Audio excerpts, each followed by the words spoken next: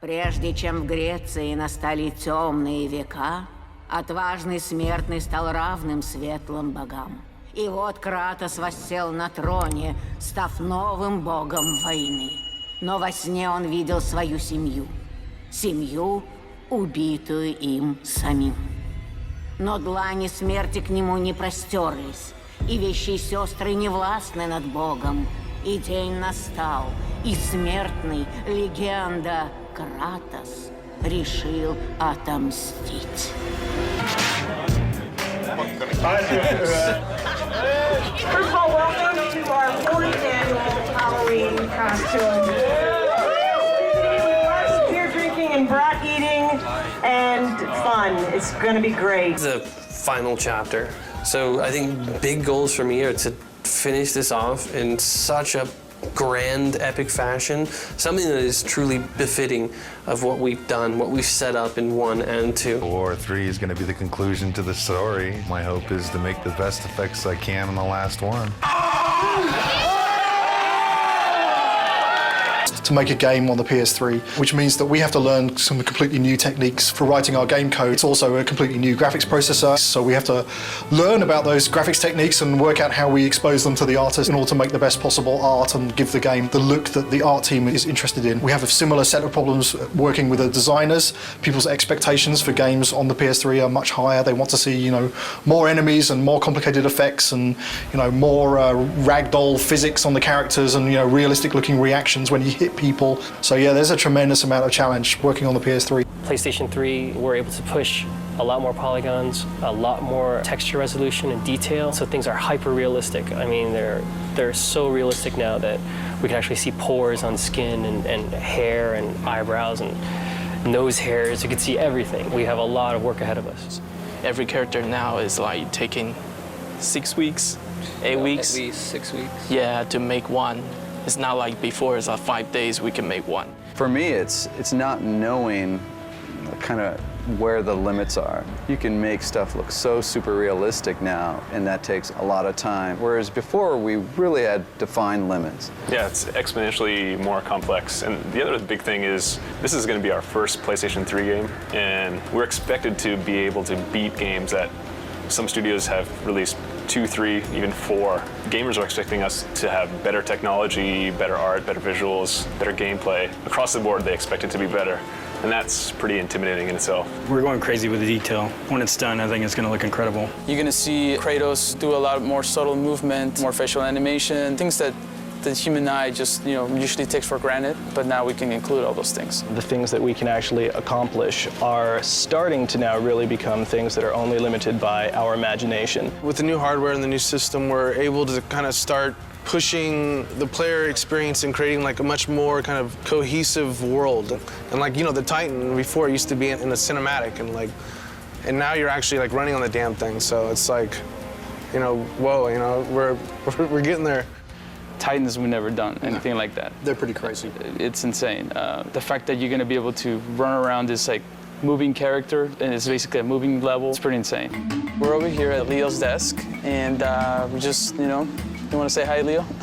Hi, everybody. Animation is that you're kind of trying to make it invisible. A certain type of feeling that in animation we have to achieve. And the most important part, of course, is Kratos and how he moves. Kratos is very direct. We don't try to make him too fancy. If you notice, a lot of times when he's having conversations, he's just kind of standing there waiting for the moment where he needs to say something. Everything that Kratos does happens for a reason. I don't know if many people even notice these things, but Kratos never moves backwards. He's an aggressive character. He moves with a purpose at all times. We actually have wooden swords laying around all the time. We definitely get up and try to act it out. It's definitely always hazardous to walk around the animation area. You gotta watch out. What are the challenges of animating something that big? Planning out where everything needs to be, like nothing happens on accident. You need to know where everything is. I did not know that it was gonna be this big. I just had an idea and I was like, yeah, I'm just gonna go with it, which is kind of a bad idea. I learned my lesson. At the same time, I'm glad that it's the size that it is. The players will be happy that it's in there. I think they'll get an adrenaline rush just from seeing the sequence. Kratos, your death will not be a gentle one. Proud of this game, and you guys, I've invited a storyteller friend of mine to come in our walkabout. So Stэн Li is going to join us today and check out your work. These are all, it's Olympus, the gods, and they're all bad. All the gods are bad, except this guy who's tormented. Terrific drawings. Hera? Yeah. I love to write dialogue. Maybe we could try something new. A video game with lots of dialogue. I'm sure it would sell like a bomb. And I love the way this hand is there. Oh, gosh. Oh, yeah, and then when he moves the hand, we'll like make that to kind of get destroyed a little bit and get all kinds of dust flying off of it. This is one of the best things I've ever seen. Cool. That is beautiful. Is taking the art from visual development and turning it into a 3D model, painting it, giving it life, and then handing it off to our character riggers who send it off to animation.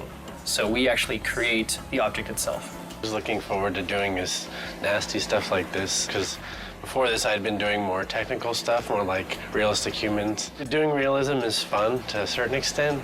It's more fun to do something that's slightly realistic. There's more artistic license as far as where you can go with it. With realism, there is no artistic license. Creature design is kind of the most exciting thing. Like Peter was saying, artistic freedom, and just you can do kind of whatever you want and you push things. I mean, that's what the great masters did, so it's just exciting.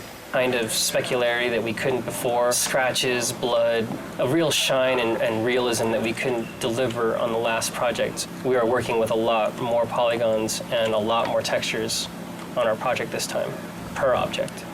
Here's Hermes, the concept art that I got from Andy Park, who did a great job. You can see the boots are in there and what color they're supposed to be, what material. We're still working on the cloth, making sure that's all rigged nicely. And right now, I'm fighting with the hair, trying to make the hair look good. So hopefully by the time you see this in the game, it'll be looking nice and transparent. So here we are starting him out in ZBrush and adding a lot of the little detail. Say if you wanted his skin to bulge around these straps, it would be really easy to go ahead and just add musculature in here. Today you may defeat me, but in the end, Kratos, you'll betray only yourself. Kratos is a very heroic, very stylized silhouette, a very thin waist, very broad shoulders. He has kind of a swimmer's build on steroids. He's 8.5 feet tall and he has a head the size of a 4 foot tall person. His waist is probably thinner than all of our wives. He's a trippy looking guy, but he reads really well in the game. Basically what I'm working on now is we've got an upper body and a mesh that the art director as well as the director really like. So now it's a matter of creating a blend map, which is new technology for Sony Santa Monica, in that we can do expressions. Basically, I'm just creating the rage, sculpting him looking angry, and we'll be able to blend this new facial expression into the current model. So we can go from here to here. The satisfaction comes in seeing him in the game saying, wow, that's him. Only look, you can see his veins and you can see him breathing. And it looks better than the cinematics. That's kind of that's the satisfaction. Sun has returned. I bring the destruction of Olympus!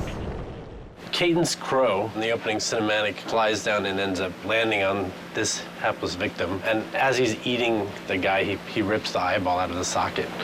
So it's especially like juicy and nasty. Later today, I'll be working on the vein that the eyeball's attached to. So maybe the crow can like wrestle the eye out and really get some good squirming going on in the audience, sort of thing. The way it works is that you lay down your base color. For example, with this guy, you get like a good skin tone going. And then from there, you add additional details. Like with this guy, his main details are the cuts that he has and then the dirt that's added. There's some sort of distortion going on here, and that's because it's actually being wrapped in 3D.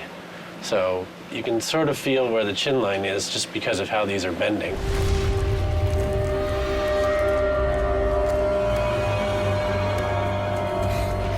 This is Hercules, and he's wearing these cestises, and basically they're like these huge gauntlets, just trying to get across the fact that he's kind of like this aged warlord. He's not a super fresh young guy, so he's got some fat to him and some history.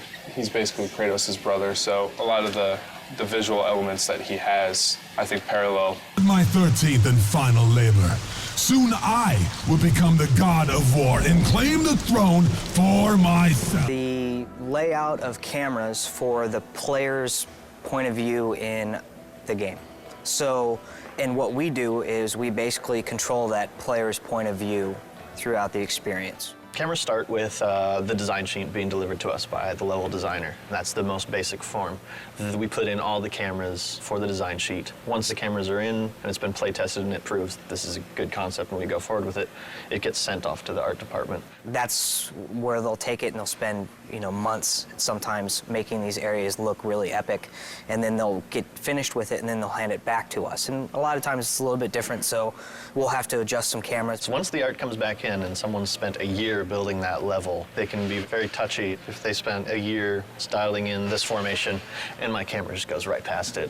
We try to do our best to show off everyone's hard work. And a lot of times there's a lot of cool things that you want to see in there that you can't see, so we'll go back and try to include those pieces in the shot that you get when you're playing the game. And from there, we play test it. This time externally, we get some people from the outside come in, take a look at what we're doing, making sure that that's great. After we get their feedback, implement their feedback, we're ready to go to the next area.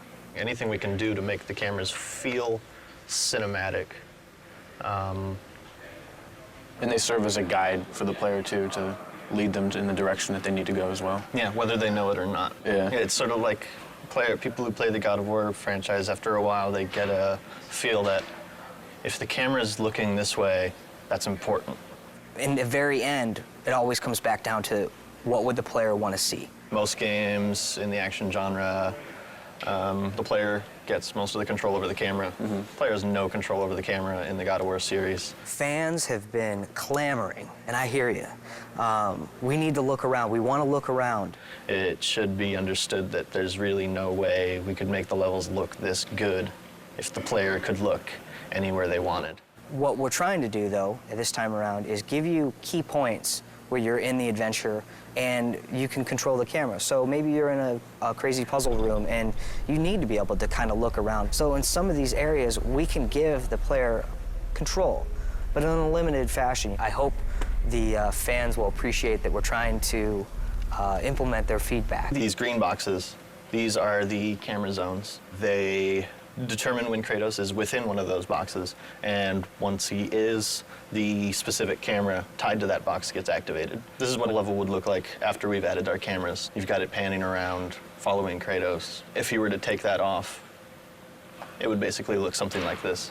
Very basic, not much excitement. You can't really tell where the player's supposed to be going. Adding the cameras is part of what definitely helps the level design flow. Here's a good example of some lead space. We're trying to tell the player this is where you want to go. Jump to this block over here. Once he's done the proper move, we zoom in, get him prepped for this nice shot of him making the leap, and then we transfer to another camera that shows him where you want to jump next, which is from here all the way down to there.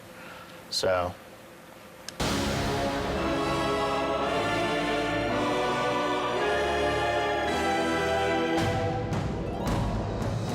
I'm about as close as you can get.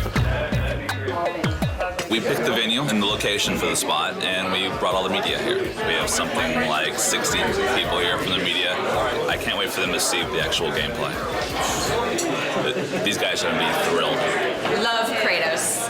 Kratos is hot. Be nice to see if he ends up a god or destroying Olympus. But I'm also excited about this. I think we've got something really cool to show. Looking forward to seeing people's reactions. For God of War 3, we want to define this generation with this game. We're going to take a close look at him. I'll talk about some of the features that we're using on him. Here he is. We've got blended normal maps on him right now, so you can see the realistic muscle flexing. I would imagine that we've got one of the most advanced systems for that in the industry right now. The battle's in full swing. The god Helios is in battle with a massive Titan. And Kratos is going to launch into battle and start doing some damage on the grunts here. Now, Todd can easily just grab one of the grunts by pressing circle, and if he continues pressing circle, he can beat the crap out of him. But if he presses triangle, then he can rip him apart. If he presses X, then he can throw him. And one more move, square, uses it as a battering ram, and then he can take it, mash circle, smash his head against the wall. And all these moves are interchangeable. Meet our latest AI, the Chimera. Part snake, part goat, part lion. Todd has just unleashed the cestus on him, and you can see it's a brawling weapon. Now, the way the Chimera works is it's a 3-stage enemy. First, you fight the snake stage, and then it changes its stance and you fight the lion stage. We're really having fun with gore on this game. Entering the Cyclops. Every action that the Cyclops makes is a direct reaction from the pain that Kratos is inflicting on him.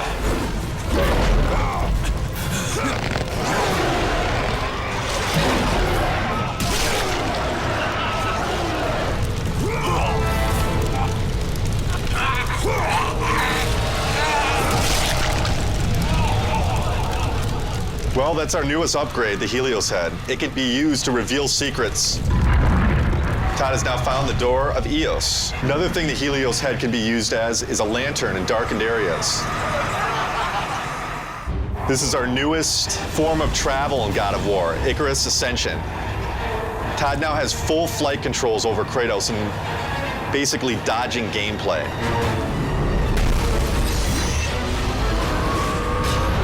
That's it. Oh my God, it's fantastic. It was great. It was phenomenal. I mean, like, I thought that I had a concept of what it would be like, but this pretty much blew everything completely out of the water. We're putting a lot into this game. I said I think this game needs to be a defining game for this generation. We have a concept from our concept artist, and they do this elaborate, crazy drawing that looks really cool. And then from that, design already has their design laid out. It's basically like a sheet. You just a bunch of blocks and boxes that gameplay's already in there, it already works. From there, we go over it and we start building our level with it. You know, we layer on geometry, the hills, mountains, whatever's gonna be in there, and incorporate all that into the sheet so it all plays together nice and make it look pretty. Every corner in the game is pretty much unique. It's handcrafted, and that's the difference. You look at other games, it's an assembly line, it's mass produced. They'll build a crate and then you'll see that exact crate hundreds of times throughout the game. You don't get that in God of War. Good people here. Everybody's really talented, super talented, but nobody has an ego or anything like that, so it's great. Well. Divots into this collision so that he doesn't get stuck on things or walk through things.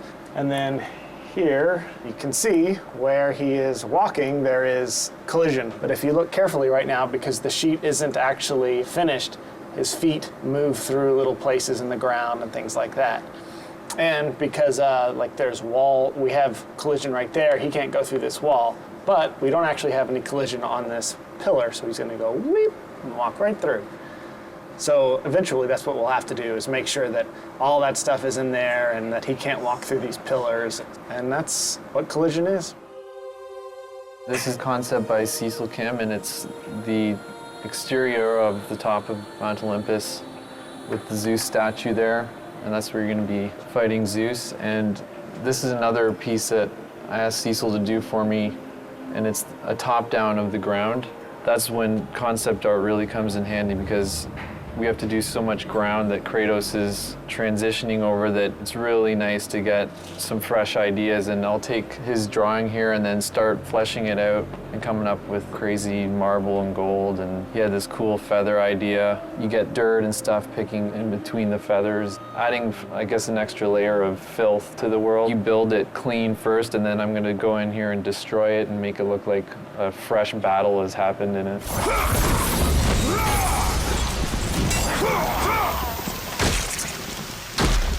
Work over it and obviously not be that sloppy, but that allows me to get all this detailing and stuff in. Once we get it to that point, we end up getting all that high poly detail as a texture. And you can't really see it too well on here, but I brought it up on this screen. You can see how a lot of that high detail gets transferred on there. That's really kind of one of the big cornerstones of all this next-gen stuff.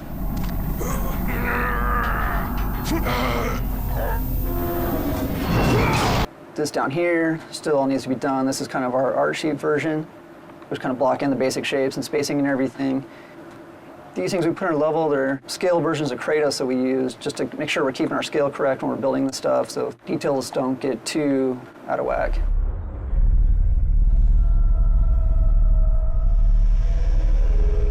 An interactive narrative within each level that the player can engage in and essentially play through. Level design is taking the story and premise of the game and then translating it into a more tangible form that the player can experience. Basically kind of figuring out how to lay out the gameplay to always have the carrot dangling in front of the player's head and kind of get them to the next part. What do you think? I think that sounded amazing. The script is pretty well written out, so you get a really good written description of what's going on, like what Kratos is doing, what's happening in the story. You just kind of go from there. I get a lot of flack because I say that we put the fun in the game, and I think that's really what we do in a nutshell. One of the greatest things about game design is that you're able to take an idea that's in your head and make someone go and experience that. We have so many tools in this universe and so many tools as far as what the game is built off of that we can pretty much do what we want. We're limited by our imagination, and I think that's one of the most fantastic things about working on this project. As a designer here at Sony, you can't just be good at one thing. It's really in our hands to do it all and do it well. We often try to integrate the puzzles into the exploration of the level and with the combat. You're going to have a lot of games where all of a sudden you're in your fight mode, and once that's done, then you're in your puzzle mode, and it almost feels like you're playing two different games. One thing we try really hard to do here is to mesh those different kinds of game designs so we get a really more fluid and dynamic gameplay experience. We essentially drive the vision of the level from the player's perspective and serving as the ambassador to them. So we need to protect their interests and make things easily understandable for them as they're playing through the level. Do you agree? It's a constant push-pull as well with the designers and the artists, because the artist may want to put something that's visually more interesting in, but it could also impact the play space in a negative way. I can't emphasize enough how important playtesting is to our process. If we didn't have it, the game would not be what it is. Because when the player takes the product home, we don't want them to be frustrated. You learn so much just watching people play it. That's one of the most valuable things you could ever do, is just sit down, give the person the controller, and just watch them play. It's the old man puzzle. It's one of these kind of puzzles you got to figure out how to kind of put it together, but this kind of gave me some inspiration for the Labyrinth. So the Labyrinth is like this level where there's all these different cubes, and they're kind of like strung up throughout the cave entrance, and they're all like on these pulleys and ropes, and then as you go around the level, you kind of start slowly forming your own puzzle that you're going to then go into.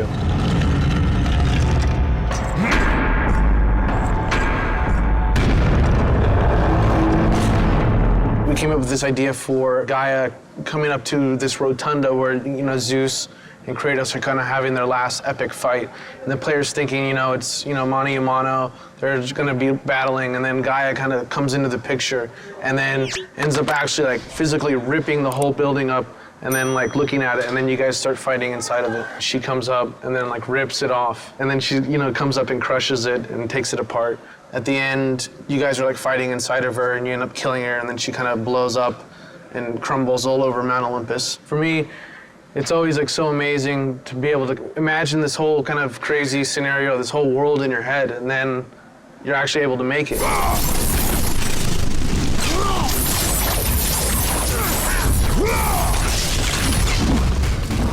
I've been working on the Aphrodite chamber, which is where one of the infamous lovemaking mini-games will be taking place within the larger game. This is the preliminary room that I brought up in Maya. Roughly what's going to be happening is Kratos is going to be going through a hallway here where he's going to come to this room. There's going to be a bed in the corner with curtains drawn, and as soon as he casts them open, he's going to see Aphrodite with two of her very lovely servant girls who quickly run away. She's going to go into the bed for a little hanky-panky, and we see the servants are very happy right there with what's going on. After finishing his job, Aphrodite is kind enough to draw back this large curtain, which will expose the portal, which will lead to another section of the game. So that's generally an idea of how we mock up an event relatively quickly so that we can assess how the gameplay will be, and then we can forward that off to art so that they can make it pretty. And this is some of the things that concept art has done. This is the bed right here that you saw. It looks a little more fancy than the blocks that I've been using. Once that's done, I will implement them into the game, and everything will mesh together perfectly.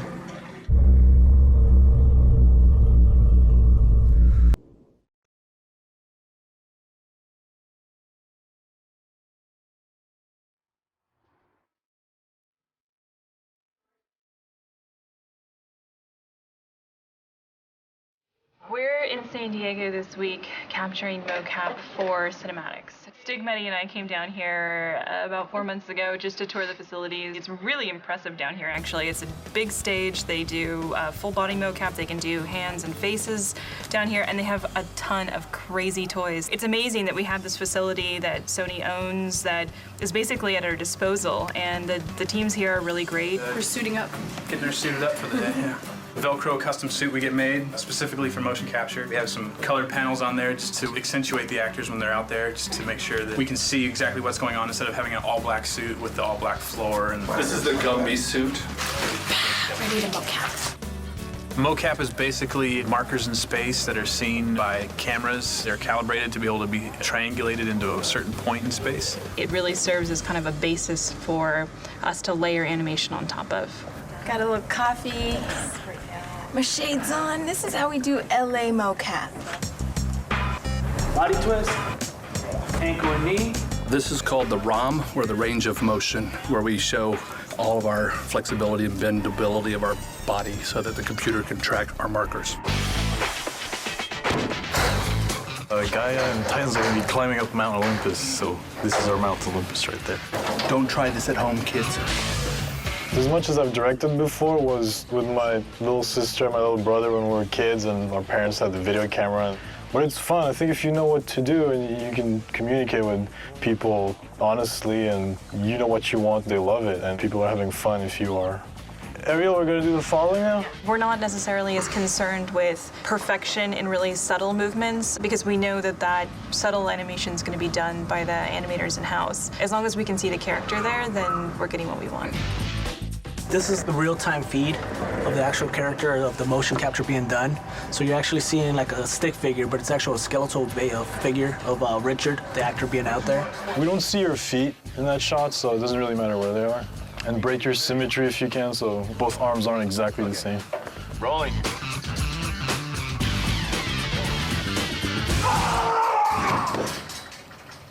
All right, thank you. That was good.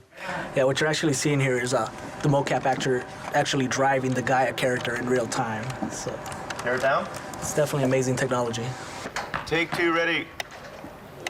Rolling. All right, good, thank you.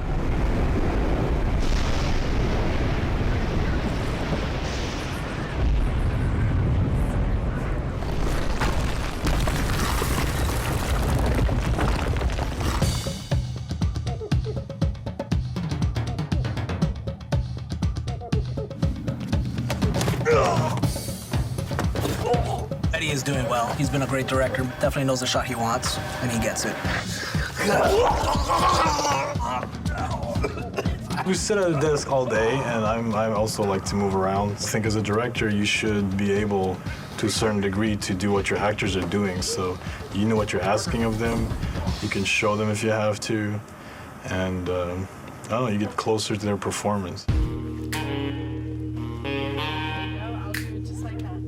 Don't ever put that in the making of video. This is actually a first for me to do motion capture on a bed with pillows. We are working on the sex minigame. The sex minigame with Aphrodite. So we'll have two of the girls today just doing both the parts of the servant girls and Aphrodite, which we have blocked out. So it should be an interesting afternoon.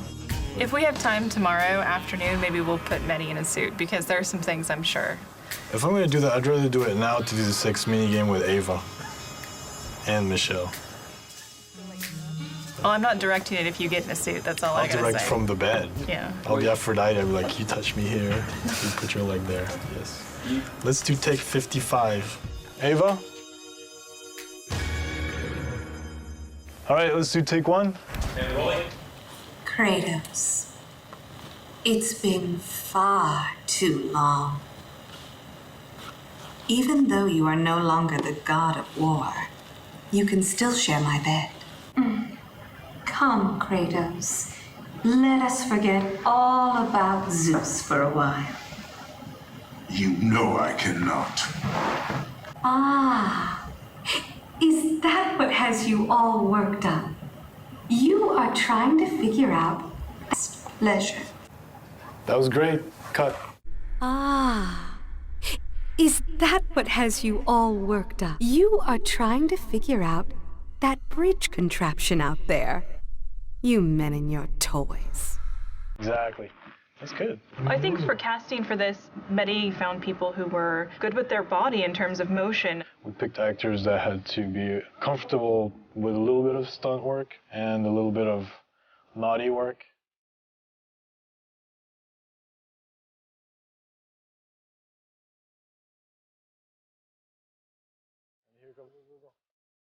I think everything went really smoothly. And then we got really lucky because all the actors turned out to be great people and they got along really well, so there's a really good atmosphere. We went out to dinner last night and had a great time, like just talking and talking about mocap and cinematics and video games, and it's just really nice to be somewhere where people appreciate all the work that goes into it.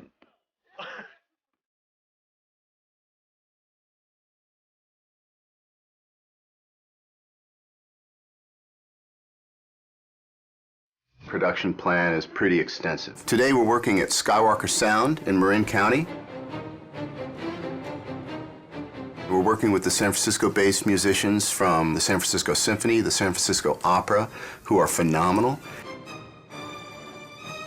We're really fortunate to be working with legendary engineer Leslie Ann Jones. Tim Davies has orchestrated everything and he's conducting from the podium. That's pretty sweet. He really knows the music and he really puts his all into interpreting what the composers are after. Really pointed and give me that nice pop on the end of each group. Here it is.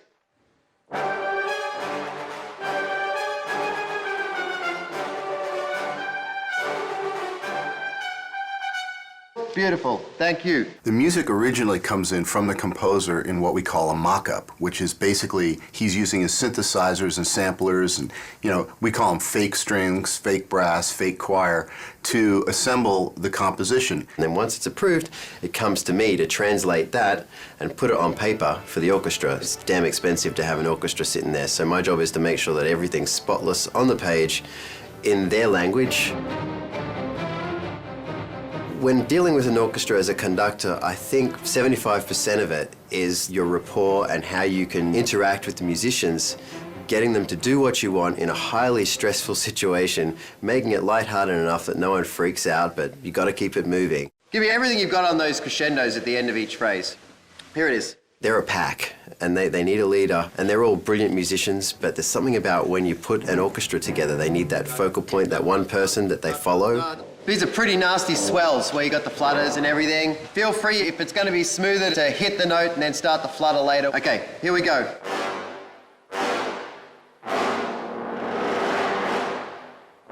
They can smell when you walk into the room if you can do it and if they're going to go with you. I've been lucky that, you know, they like me and I've been here a lot to the ranch to conduct. And, you know, it works really well and they're a great orchestra. Are there 5 composers on this collection? Well, that's a question for somebody else who did the hiring, because I'm sure that any one of us would be quite happy to bump the other ones off and do it all by ourselves. And a different alternate to that answer is the reason being is because each one of us actually have a very strong voice in how we write and approach music. But generally speaking, we don't clash in styles, and therefore what ends up happening is a happy salad of the different styles that we all bring to the game, but essentially we actually work very well together as a team. Sitting with Stig and sitting with the whole Sony crew who have they have this thing in their minds called God of War. It's an entire world. It goes beyond just characters. It's a whole, they know how they want everybody, they want the players to feel. I think what ties my music and your music and everybody else's music in is the fact that the great people at Sony, from Stig and down, is they know when it's wrong and they know when it's right. And even though we haven't heard each other's music, it ties together amazingly just because it's run through this filter, and the filter is God of War. Right. One of the great things about scoring for video games as opposed to film is that there's a tremendous amount of freedom. I'm not constrained whatsoever by any convention at all, because I think a video game is not a film. And since we're not restrained by anything that's happening at any particular point in time, it's quite a free world to actually envision what you want to write and see it through to the end. The music actually is not only on a par with film, but in some ways surpasses most films. There's almost a requirement, certainly an expectation, that there be experimentation and innovation in video games, that the music is somehow striving to do something new and something really fresh and powerful, which isn't always the case in film. When it comes to raw power, I mean, this actually goes to another level than most films. Oh, yeah. Yeah, we have to write music that must exist and take care of the atmosphere that you're in and add to the intensity of the battles that The orchestra, and I said, if you have any moment that you have all of a sudden a feeling of lyrical beauty coming your way, ignore that completely and just go for the brutal, brutish, aggressive mentality of this score, and you'll never go wrong. That's hugely fun. And it's so much more fun to write bad music than to write, good music.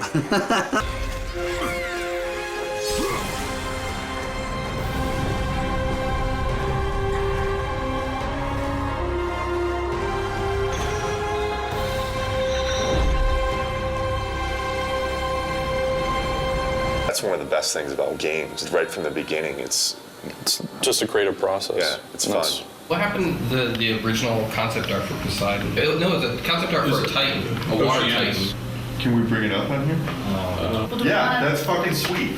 That's really fucking cool. He's even got the tentacles. Whatever we come up with, it's like, hey, that would be cool. We could, and we just make it form out of water. Fight Poseidon, if you remember from God of War 2, he looks more like just like a human god form, but in this game he jumps down from Olympus and then this is another one I did, and this one I wanted to kind of bring back because he's a god of horses to kind of capture some of that feel. So eventually they decided that instead of having two different arms, you're gonna just be fighting one arm, and they also like the idea of the horse. This is the final, the very end, you're gonna be opening up his chest and revealing like this membrane, jellyfish kind of membrane, where you stab and you eventually kill one of his limbs. It's later gonna be revealed to you that the whole time you've been only fighting one of his limbs right here. It's gonna be a really cool, big moment in the game. Turnarounds are looking pretty nice. Today I'm going to be having an art review. We're getting to the completion of one of the Poseidon's limbs, so I'm working on the turnarounds now. Get the animators up here and make sure that those limbs, the front limbs, are not too long for him. Like, he'd have to raise it up so high. To get you right below, he'd have to be like basically have his arms way up like this and be going down like that, and that's probably going to look a little silly. Let's have Andy finish this up. But Andy, can you save off a version of what you have right now so Adam can go over it with Bruno? And just keep on getting me up here to look at it. Cool, thanks, man. Thanks, guys. So we just had the review. It went well. They liked the direction, and I think a lot of it because before this is the view they've always seen, but they've never seen the front view. So for them to be able to see the front view and to see how the shape, the silhouette actually makes a trident shape, they really like that idea. I just have to finish this up. I'll probably finish it up today, and it'll be given to the modelers from there. First time I heard about Poseidon creature was 6 months or so ago, and I heard we're gonna have a few of these huge Titan battles. This was the initial concept that was given to us. Things have changed proportionally for it to work right on screen, but it generally has the same feel. I still have a lot of sculpting left on this guy. A lot of this is just like the first pass. So right now I have more just the overall feel of it. Here's Kratos. He's pretty small compared to this guy. So I brought him in here just so I could have an idea of how big he's gonna be. So when it comes to details, how high res this character has to be. So you can see him, he's tiny. I just want you guys to go over and check it out before I start making all the rocks for his face, So yeah, I think it's good. Can we make sure that we're getting like some of this smaller detail like spread out over him as well? Okay. Can I see the scales on the back? Oh yeah. It's really fucking cool. Poseidon looks to be challenging for every department because it's so complicated. When I first saw the concept, really, I kind of looked at it and was like, what the hell are you guys doing?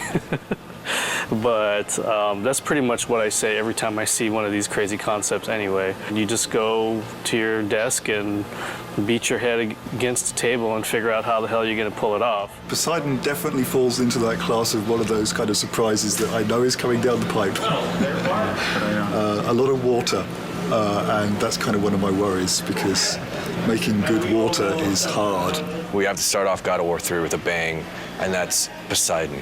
And Poseidon's going to be a water creature, so we have to make water look good on that character. I started doing some research on how we can make a character feel as if he's basically a waterfall, if there's water running down him. And I spent a couple hours and I've put together the model that's behind me on the screen here. We basically want to try to prove the technology that we can make a model look like it has water running down it. So we don't have the Poseidon model built yet, but we have Zeus. Poseidon is Zeus's brother. They'll probably have similar type proportions. So he was a good test. And this is a shader that I put together. It's pretty crazy with all these different connections. There's several different normal maps that are scrolling on top of each other. This probably took me 3 hours to set up the shader on top of an existing model. So where I want to take this now is I'm going to give it to the effects department, and I want to see like chunkier spraying water. This will be the first big encounter that he experiences. The Poseidon creature will burst out, knock Gaia's hand back. He'll have to fight it. We're concerned with the player experiencing this new creature that he has no clue as to what it is. And the first thing he's doing is fighting it in a way that he doesn't feel comfortable. This is the first Poseidon creature encounter, and this right here is the first CS move kill for it, where he snaps its jaw. And at this point, the creature pulls away through Gaia's arm. Kratos attaches to him, and then as the creature's falling, he jumps off.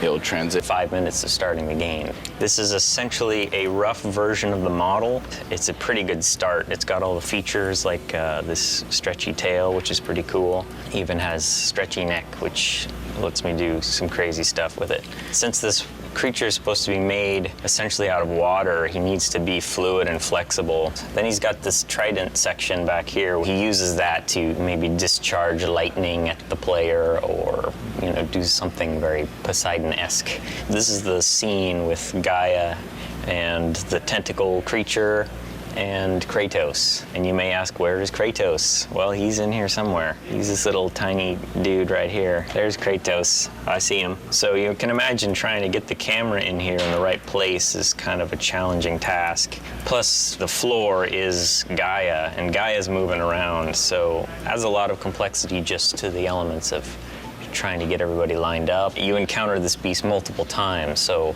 you fight him first and you wound him and he retracts away and escapes, and then you come back and then he's on another point in Gaia. And then finally you realize that wasn't even the monster, that was just a small piece of the monster. And you get up to Gaia's head, and that's where you encounter the full force of Poseidon. This is the actual Poseidon creature. This is Gaia's head here you're standing on. This thing has 10 arms and legs, kind of, and then it's got 3 prongs on its back. It's also got well over 20 controls just in its spine. There's a lot of stuff going on. Poseidon boss battle is definitely something we haven't done before. There is concern, but I wouldn't be happy if we weren't concerned. There's no challenge there. And what we want to do is make something that really surprises people and really gets people excited about the game. This is the initial CS move, the first CS move you do in God of War 3. Kratos is going to wrap his chains around the bottom jaw of the Poseidon creature. Kratos is not so good at making friends, but he's good at killing people. This boss battle has to end with a big finisher. And our final kill is where we're testing out these new CS moves of first-person kills. So the minigame inputs right now are in a third-person camera, and then when you succeed, you get to see the impact of Kratos' attacks and see how Poseidon feels as he's getting completely torn up. He just screams really loud and then bites his ear. It's more of a nibble than a bite.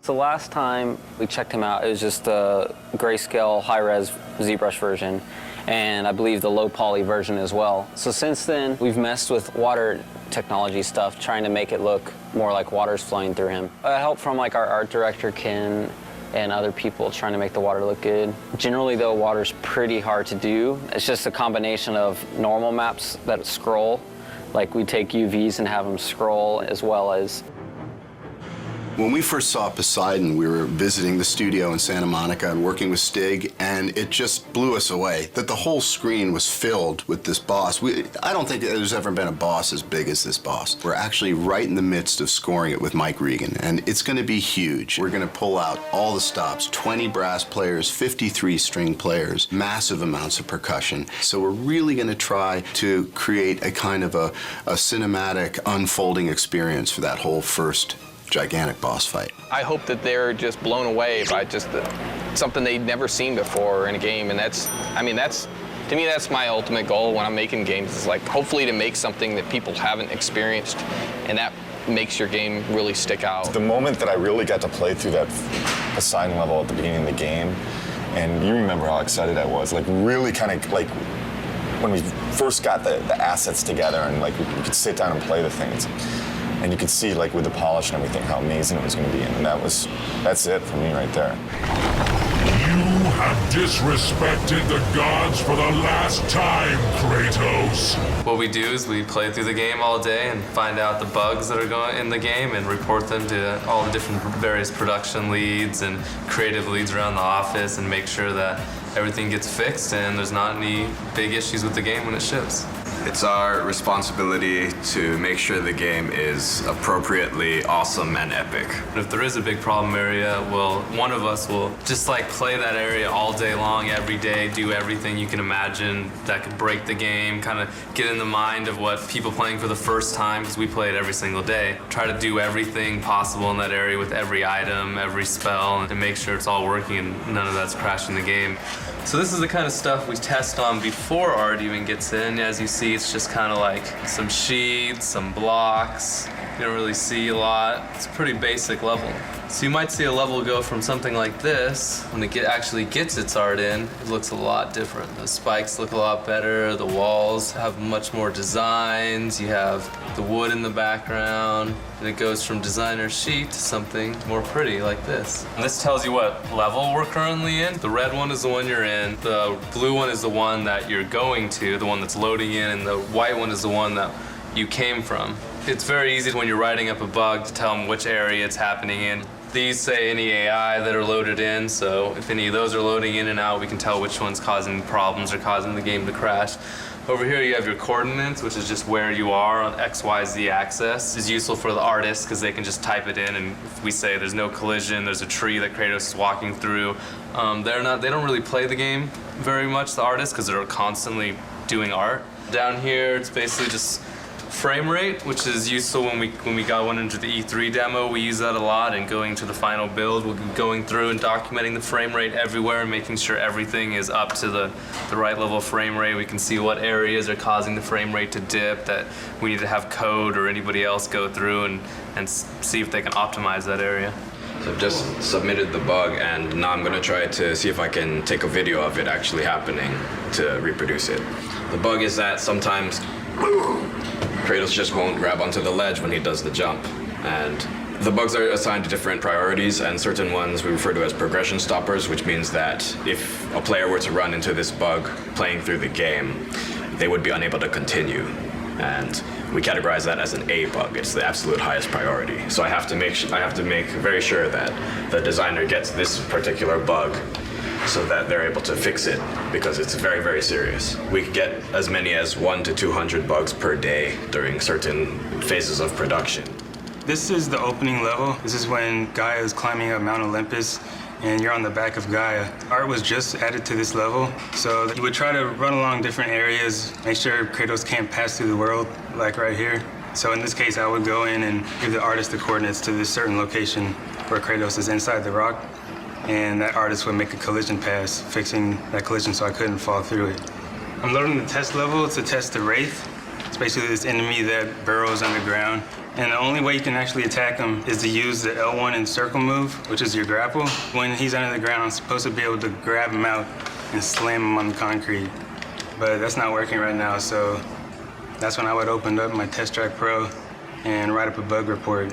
It's our job to play the game over and over and over again. So after you play a certain section a certain amount of times, it gets a little repetitive, but that just comes along with the duties of being in the QA. It certainly takes some of the romance out of it, but It's a real pleasure being able to see the game evolve day by day, step by step, asset by asset as they are implemented. It's very exciting. But not quite. You know, some of us have artistic skills, but we're not quite programmers either. Although we do write code, right? Once again, not so much this guy. And tech art helps make the stuff, and we help people use the stuff. Because without us, nothing would get done.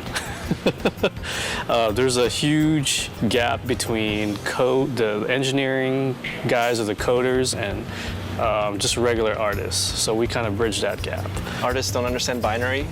When a programmer comes over and he's like 00101, just goes one ear in one ear and out the other, right? Yeah, they think it's a phone number or something. We have to invent things ourselves and come across certain lines that nobody has crossed before. We're good at it though, right?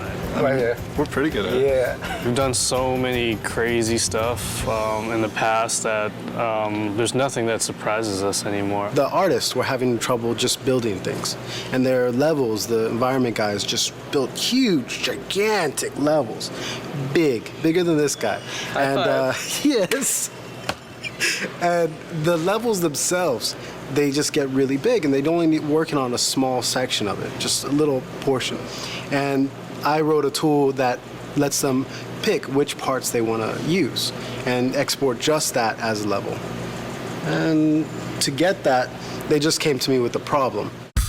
They wanted to exaggerate Kratos and the torture that he does to his enemies. So we came up with a system called the zipper tech, where basically the animator would use controls to open up wherever the cut is on the character.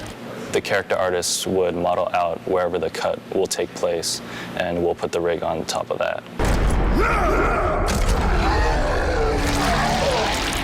And the designers come up with, and different 3D departments. We help visualize it on paper, painting it up, drawing it up in 2D, and each other what we're doing. I feel like I should know a lot more about Greek mythology by now. I should have my PhD degree or something. Yeah. But still, a lot of times, I just sort of make up a lot of things, and it's still a lot of fun. Right now, as you could see on my monitor, working on Pandora's Cage. This is a final concept design that was proved and it's good to go. But to get to this point, there was a lot of sketches, a lot of color variation, a lot of input that I had to get through. We've tried maybe girls hanging together, or we tried maybe girls holding the fire torch, or we even tried the guys holding a cube, or we even tried the guys holding the torch. So after all this variation, the one got picked, which was this two characters, Icarus. Because I mainly focus on environment, I took a lot of pictures of myself. Actually, it was my wife took it for me last night. It's kind of embarrassing to show, but I'm wearing my boxers and just shirt. Just try to come up with the pose that I want, even the back part, the front side, and even the hands. So a little frustrating because I do environment paintings, which deals with a lot of rectangles and cubes and where the light is gonna head and all that. But when it comes to character, it's more organic. For me, it's more difficult.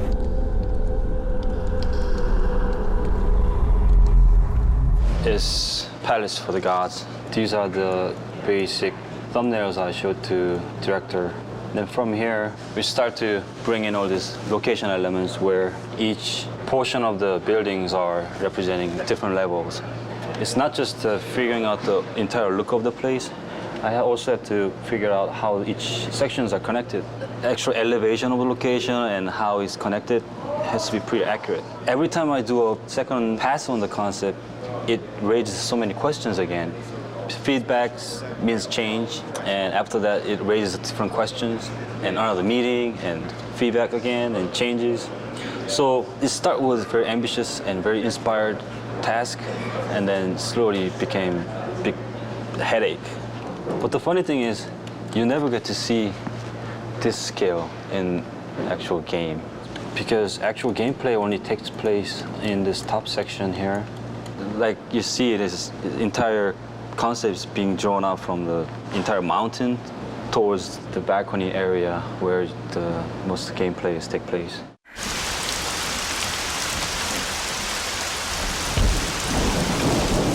One of my most favorite tasks was to create Aphrodite, the goddess of love. My chore, as it were, was to create the most beautiful woman that ever existed in Greek mythology. Has come into my chambers. Those bridges outside are nearly destroyed.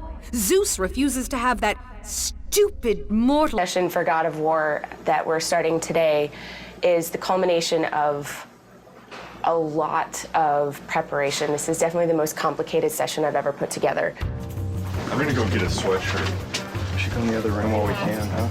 One of you here and one of you here. How close do you need to be? Here, just duck under the microphone. We need to take a couple minutes to readjust where things are.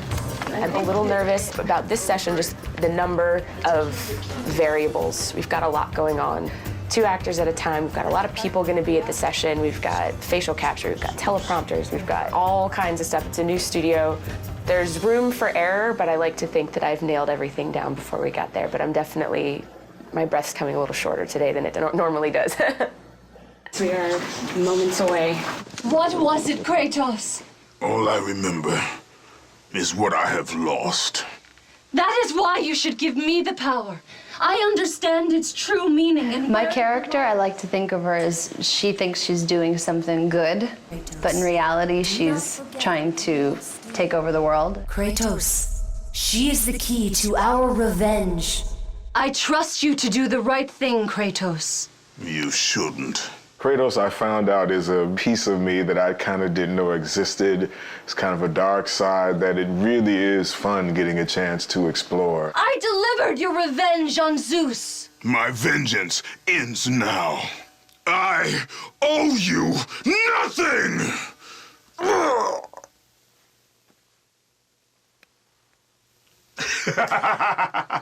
When you have the other actor in the room, you're able to come up with a rhythm. It makes it more real. I really, really like it. It gives you a chance to play off of what the other person is doing as opposed to doing it by yourself. We're getting so much from this performance that we wouldn't normally get. I'm totally stoked about it right now. You owe me this, Kratos. I owe you nothing! Bravo. That's perfect. Awesome. Excellent. That was it. That was it. I knew you'd come back. I've never worked with the prompters, and it's really freeing for the actor because, you know, you're looking straight ahead instead of always, you know, face down in the page, and it's really a cool experience. Find the labyrinth! Ah! Ah! Please, help! Kratos!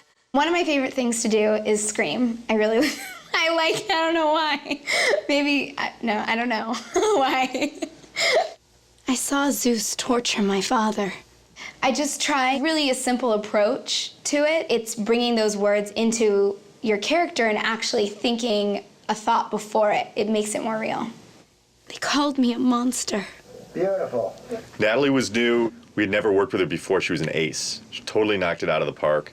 Many more variables than a normal voiceover session for a game today. And it went very, very well. I'm happy with how today turned out. Phenomenal. Phenom. That's all that really matters is Stig is happy, and if Stig's happy, we're all happy.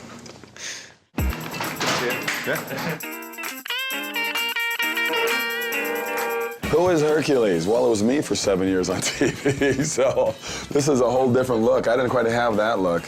I had kind of more gear on, and I didn't weigh, 4,000 pounds. This guy's like about 12 feet tall. They called them labors. Ha! There you go. That was good. That was really good. Yeah. Kevin Sorbo was obviously an easy choice because he's Hercules, but not necessarily in terms of the way that he's played Hercules in the past, a little bit of a departure. Can we get, but this time, brother, more seething? But this time, brother, this time I will destroy you. That's good. In this game, he's a much darker brute. He's not the brightest light bulb out there, but at the same time, when it comes to war, he's brilliant. The direction is more pissed. Okay. As pissed as you can get. The most valuable I can be is to take what the creator of the game has been imagining and seeing on paper for a long time and bringing it to to life with the voice, and trying to find different ways to get to actors to achieve what he wants to do. Try one thing, if you would, Kevin. Yeah. Take the breath after stables, and then you can finish off the phrase. Okay. The most frustrating thing about doing voiceover is the amount of time you've got to do each line. You've got to repeat it, but you've got to also do it in so many different ways, so many different inflections, and you end up losing your voice. Have you not killed enough of your family? That's a Good. That's very good. It was a slam dunk. He really brought a passion to the character. He was very professional. His voice was kind of running out. That's when he gave some of his best stuff. Fantastic. Beautiful. Fantastic. Thank you. It wasn't the same Hercules, not even close to it. So it was a darker and more sinister person and a more evil person to deal with and play. But you know, from my standpoint, it was a lot of fun. It's the way to start. New day of recording. Very excited about it. Today we're doing Rip Torn and Malcolm McDowell. The game's based on Greek mythology. This guy's like the Smith god, and he's like... Oh, he's the Vulcan. Yes, exactly. The Roman name for Hephaestus is Vulcan. He's the god of fire, and he's a great blacksmith.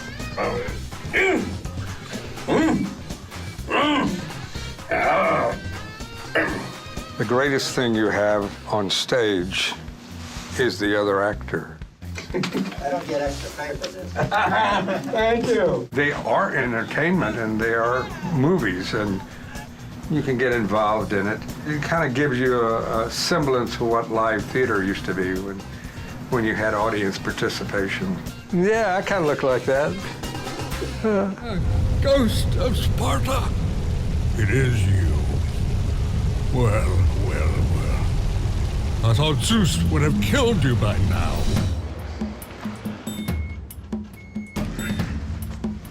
Tell the story of this. Daedalus. Oh, and what does he do? He's the inventor. He also created the labyrinth. Labyrinth? Wow. And where is the golf course? It's really cool. Eat lunch with Malcolm McDowell. He can't beat that. The ice storm, that will give me the power to bring my son back to me. Where is my boy? That's awesome. You bastards! That was awesome. That is fabulous. We want to protect it with one more, please. Oh, we're not going to go protecting all these takes, are we? Yeah, Don't we tell are. me we're going to do 2 fucking takes. Why don't you just use a bit of proper tape? Why do we have to do 2 takes of everything? Well, because we Not for protection. Yeah. Oh, come on. Let's listen to it. That's nonsense. And we're going to listen to one line, be right with you. Okay. You don't mind, right? Because it's really, if I'm in a jag and it's going, it's going. I hear you.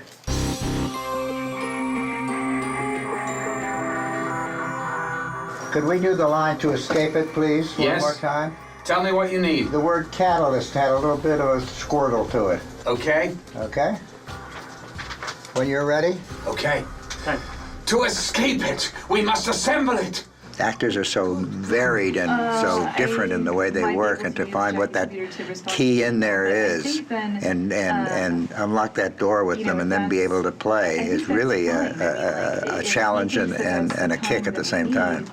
He said that if I took the liquid fire and the sling, oh my boy, oh my child. You know, I actually like that. That's different than what we thought. Terrific, thank you. I like it. Vengeance on the king of gods. You'll need an army of gods. And weapons. Of course, weapons. I could build. I could use the fire of Hades. Wait, please. Please wait. Free me. Free me from my torture. We're good. We're good. Thank you, Spartan. Thanks, Spartan. I say a lot. Thanks so much. Cheers, sir. I say squatter. We're not used to people coming in here and nailing it, so like basically knocking it out of the park like this. So Oh, really? we had more time. So Well, no, okay. Well, listen, I just thought, oh my God, I thought I had reams and reams and I had to do everything twice. And it was like, oh my God, if you've got it, you've got it, right? Right. Yeah, we got some great stuff. Great. It's fantastic. Terrific. Good. Thank you. My pleasure. To work with Malcolm McDowell and Rip Torn in the same day. Same day, yeah. Pretty wild experience. Yeah. It's fascinating to me, too, the different acting styles, because Malcolm McDowell's very much the Royal Shakespeare Company, and it comes in, you know, word for word like that. And Rip Torn is more of the old Actors Studio, and he's a little bit up and down and nowhere, but out of that comes a gold of its own kind. There's an extra level of dimension and texture that we got to them that's just through the fact that they're fucking good actors. Now that we've gotten the recording part of it down, my stress level has decreased a great deal. Now you can have a glass of wine. Now I can have a glass of wine. You are the reason I live in torment. He told me he would kill you. He can't. Perhaps he did allow me to kill the Nemean lion, but he made your name known amongst the people. A fierce warrior, a killer made a hero, a man made a god. But you, what have you done with my child? My boy, where is my boy? Your son is dead, Davis. My boy, my child, no. No! No! The following week, it's absolutely nothing moves because we're going to need to take every freaking second to make sure it's stable and we are at frame rate. Soldiers on the ground aren't in the poses? Nope, and they don't have blood streaks and stuff in here. Tyler's doing blood streaks. Alright, so we need a book over here then. The inactive mode would look like kind of like it does right now with the book shut. The active mode, the book would open up and would have like a glow around it. We have to open and close the book. Yeah, there's a book for it. Wish I would have known that when we built it, because we didn't build it to open and close. Wait, you need the book to open and close? Yeah. And close for E3. It would just have a glow effect and a light that comes with it, and that's it. Do we just put a sparkle on it then? Absolutely have any compromise for the schedule right now. I have to trust production, and I have to trust the fact that they're telling me that we can't get things done. So I feel like there's little things that have been compromised. I don't know that the player's going to necessarily miss them, but I sure am. It's part of making games. You don't always get what you want. This seems like harder than the last time I played it. We'd have to keep in mind that somebody from the street is going to be playing those harpies. And I don't know, the way it looks right now, on 3 tries, people will throw down the controller. Designer on God of War 3 is a complex role. Basically has anything to do with characters in the game. Any character you see moving in the game, attacking, fighting, are generally implemented by the combat designer. And then, of course, Kratos. What his platforming elements are going to be, what his new combat moves are going to be, what weapons he's going to use, how he's going to use them, how he walks, everything. His items in. He can grab a head and he can light stuff up. Now that we can play with lighting in God of War 3, we can make the entire room dark, have enemies that are attacking you in the dark, can't be seen. And when you light them up with the head, they light up for a limited amount of time, so you can attack them while you can see them, but then they are constantly disappearing. You get to parts where it's completely pitch dark and you hear the guys scream in the background. You use the Helios head to, find out where they are. The strategy gameplay, the combat side of it turns into, you have to keep these guys lit to be able to hit them, otherwise you get screwed and they just destroy you in the dark. So. Definitely something we couldn't do before, just because we didn't. Now, and, when you're fighting all these grunts, like taking on, doing a special move or, grabbing each one and killing them, that can be kind of slow. This will be an awesome tool for, you see the Cyclops in there and you're just like, I want to get after the Cyclops so I can jump on his back and do tons of damage and kill these guys.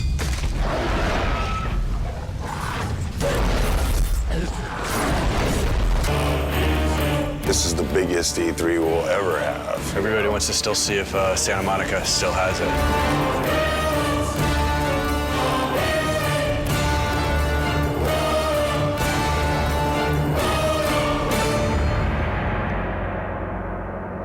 And it's going to be broadcast on live TV and web. And we're going to end the show with God of War 3.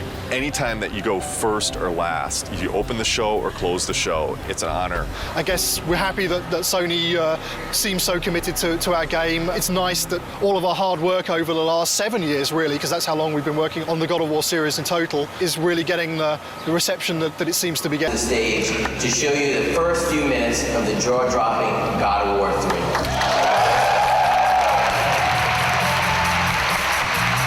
We at Sony Santa Monica Studios are excited to be able to present this live demo of God of War 3. God of War 3 is the final chapter in our fantasy trilogy, based on the dark side of Greek mythology.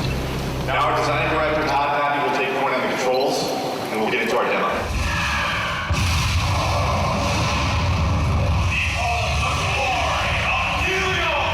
I'm really anxious. I'm really excited. This is a really important moment for the team. It's important for the game. I hope that we make the impression that we always strive for.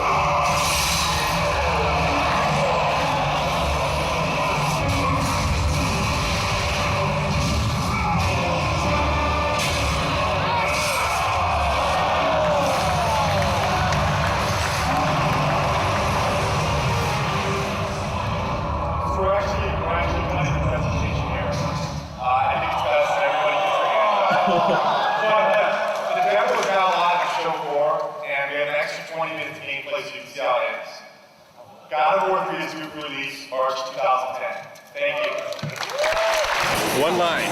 Amazing, fucking awesome. It was excellent. It was, disgusting and exciting all at the same time. I waited an hour to play that game. When you finally get to decapitate Halo's head, that was like amazing. Didn't expect to see that. It's pretty brutal. I mean, way more brutal than like the first two. Every new game, they bump it up a little bit, so it's definitely good stuff. I waited in line 2 hours to play.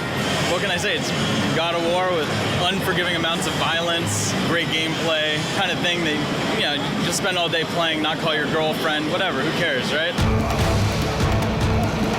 Super pumped to see it. Yeah. Makes me so jazzed. So this is Christmas. It's Christmas. But it lasts 3 days.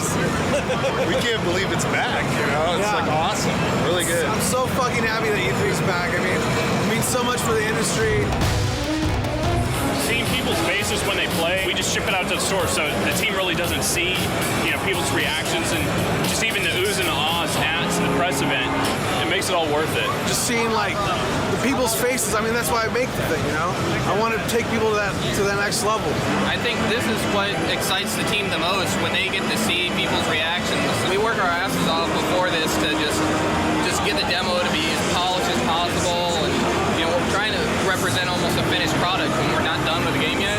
So by the end of this, we're so drained, put so much energy into it, that all this energy coming from the outside just builds us back up and gives us that ability to finish the game. What are the big tech issues, Chris, that you need support on? The only big tech issue we need support on at the moment is the issue with the collision. The more static you can get him, the more precision you will get in your CS move. The problem is that since it's a skin collision, the skin itself is not just a non-deformable object that you can rely on to not have change from one frame to the other. That's the biggest issue we can have. What we're doing hasn't really ever been done before, and so a lot of what we're running into are issues with trying to make it as exciting as possible, but working within the technical constraints that we have and in the time frame that we have. I would say that the rewrite of skin collision is turning into a very unrealistic proposition to get it finished before alpha. Time is the biggest fun killer usually as far as developing. It's where you come up with the most exciting scenarios, but do we have the time to put it together? Fabrice and I will need to take a look at what is going on and what's fixable